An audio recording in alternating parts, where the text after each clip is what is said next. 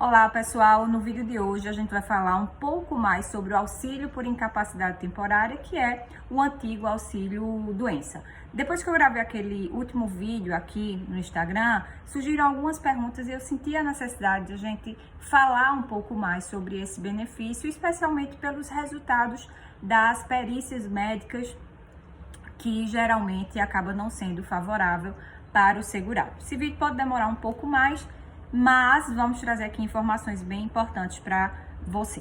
Bom, imagina que o segurado ele ficou incapacitado por mais de 15 dias consecutivos, porque vocês já sabem que o fato gerador do auxílio-doença é ficar incapacitado por mais de 15 dias consecutivos. Então, ficou incapacitado, fez o requerimento do benefício, agendou sua perícia médica, chegou o dia e ele compareceu ao INSS. Entrou na perícia, utilizou de toda a sua educação, toda a sua gentileza, respondeu de forma objetiva e clara todas as perguntas, não mentiu, né? Não apresentou nenhuma informação falsa, levou toda a sua documentação médica, laudos, receituários, exames, enfim. E quando sai o resultado da perícia, acaba sendo desfavorável ao segurado. Então, o que é que ele vai fazer? Bom, em primeiro lugar, a gente precisa saber que para receber o auxílio por incapacidade temporária, não basta só constatar a incapacidade. É preciso que estejam presentes outros requisitos. Por isso que, às vezes, apesar da perícia médica reconhecer a incapacidade, o benefício é negado por outros motivos, como, por exemplo, a ausência da qualidade de segurado, quando já transcorreu aí o período de graça e o segurado ficou sem contribuir por um certo tempo, depois da sua última contribuição, ou porque ele não implementou a carência, que via de regra é de 12 contribuições mensais, mas existem algumas exceções na lei em que se dispensa essa carência, nos casos das doenças graves, contagiosas, incuráveis, que estão estabelecidas lá no rol do decreto, ou acidente de qualquer natureza, doenças profissionais, enfim. A regra é que se exige 12 meses de carência, mas em algumas situações, a própria legislação prevê a dispensa dessa carência.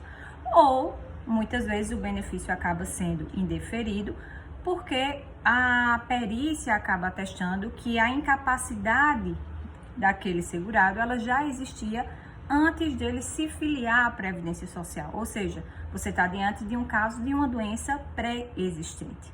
Então, o que fazer diante da negativa do benefício no INSS depende muito do fato, do motivo pelo qual o INSS indeferiu o seu benefício.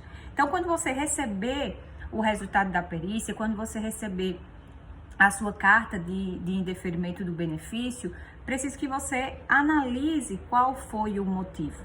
Então, primeiro ponto, se foi ausência de qualidade de segurado, cabe você verificar, quanto tempo transcorreu desde a sua última contribuição até a data da incapacidade, para verificar se você estava ou não no período de graça.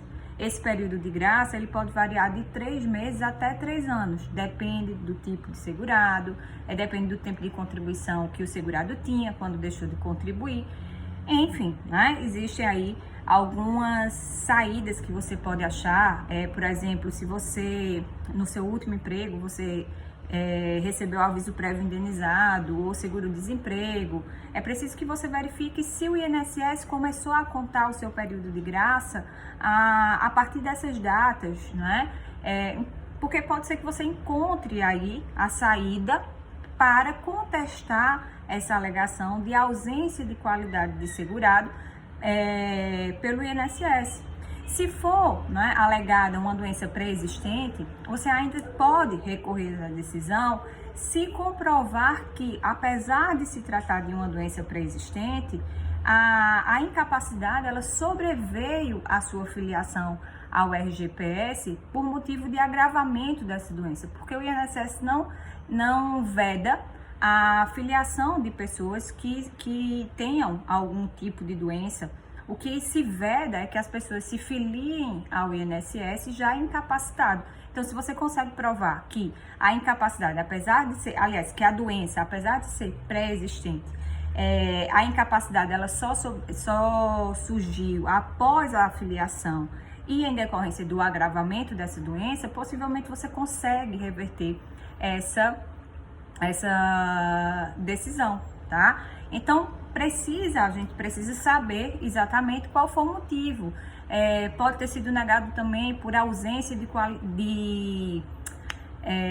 tempo, né, de carência. Então, é preciso que você fique atento e saber que, como regra geral, a carência do benefício é de 12 contribuições. Mas existem algumas situações específicas em que se dispensa a carência. Os casos de acidente de qualquer natureza, de doenças profissionais, se a doença estiver listada lá no rol de doenças graves, contagiosas e incuráveis da Previdência Social. Então, a gente precisa analisar qual foi o motivo e só então saber de que forma você vai recorrer. E você pode recorrer tanto na via administrativa quanto na via judicial, tá? Isso vai depender, vai ter que se analisar o caso concreto, vai verificar se você de fato possui requisitos necessários e suficientes para contestar aquele indeferimento do INSS em decorrência de alguns desses motivos aqui que eu citei para vocês.